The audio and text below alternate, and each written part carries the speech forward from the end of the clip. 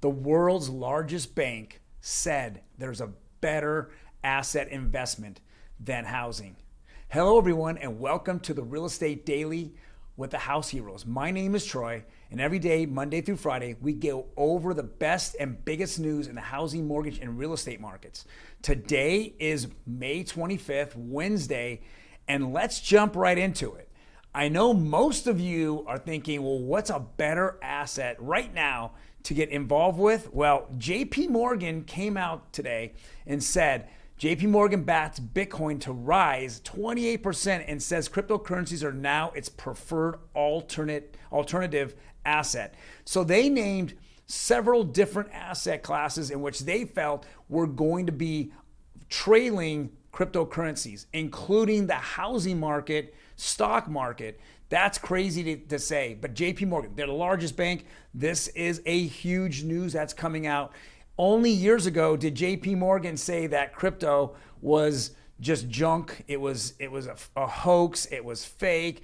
And now they've changed their tune completely. As we know, when they did say those things, they were accumulating secretly cryptocurrencies, including Bitcoin and Ethereum.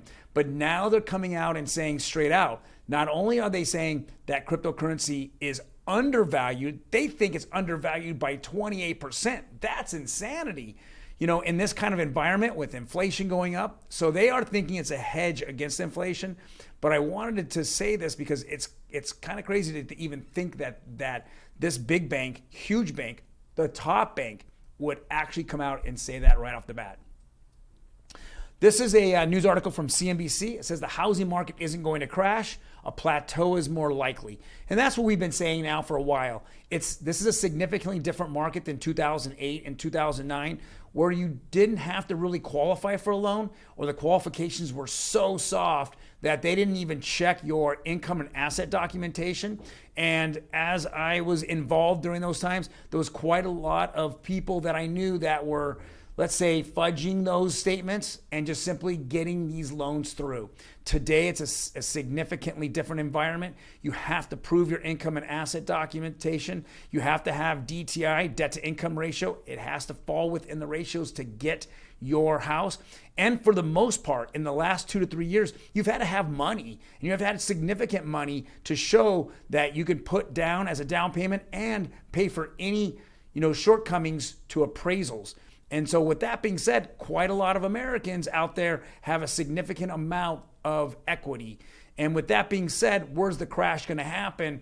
Even if home values kind of sink down a little bit, there's no worry because people have such a huge cushion, with their equity in their homes that they don't have to worry about foreclosure or anything like that.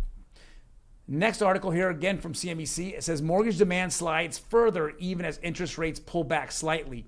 So we'll get to the interest rates pull back slightly here in a couple of slides, but we're seeing mortgage demand, come back to reality. It's almost coming back to kind of the norm, if I want to call it. Now, if you were to ask, hey, Troy, where is the market going? I'll tell you that we're in the neutral zone now. We've went through a seller's market for probably the past 2.5, 3 years. Now the buyers are getting a little bit more advantage, but it's still in that neutral zone. I'm telling you now that there's more and more people who are unable to buy a home because of their type of financing, whether it be FHA or Govy loans, as well as VA and down payment assistance. Those loans, those offers with those loans attached with them were not even looked at. In fact, they were just thrown immediately in the trash can because they had so many offers that had so much money. Today, we're starting to see those get accepted more and more. So we're starting to see that, and that's a good sign of people that have decided to make that jump and that leap from not being a renter anymore to being a homeowner, and now they have the option to do that because more government loans are being accepted. And then the last article here that we go over every day is the rates. Now we know that rates have been been in a range now for 2 or 3 weeks, if I want to call it, but now we're starting to see them float down a little bit. So yesterday was a really good day. The 30-year conforming conventional loan went down almost 11 basis points. Think about that, 11 basis points. We were topping out in the 5.6s. Now we've come all the way down to 5.3s. That's fantastic. We saw a little bit of dip there in the 15-year conforming, but the jumbo, which only last week was significantly over 5%, is now at 4.82. That's a great drop in rate. And then, of course, the 30-year FHA dropped 8 basis points, now to 5.25, if I want to call it. So we're seeing rates are settling down. And one of the reasons why is that competition is starting to heat up between the mortgage companies. We've already baked in the 50 basis point rate hike from next month's Fed meeting. So because of that, and because there's less loans out there now to get, we're going to see more competition amongst the big mortgage companies. And that's why we're starting to see these rates kind of fall down. I expect it to kind of settle down. You'll see bumpy days in which it'll go up, but you'll see a lot of days that will just kind of float back down because of the competition between the different mortgage companies. Well, guys, if you like the video, hit that like button. Otherwise, hit the subscribe button. That helps my output here to show more and more people what the reality of real estate and the mortgage industry is. And then hit that notification button. It notifies you when we drop these videos, and you can check out the daily news in the mortgage and real estate industry. Otherwise, have a fantastic day, and I can't wait to get back at it on Thursday.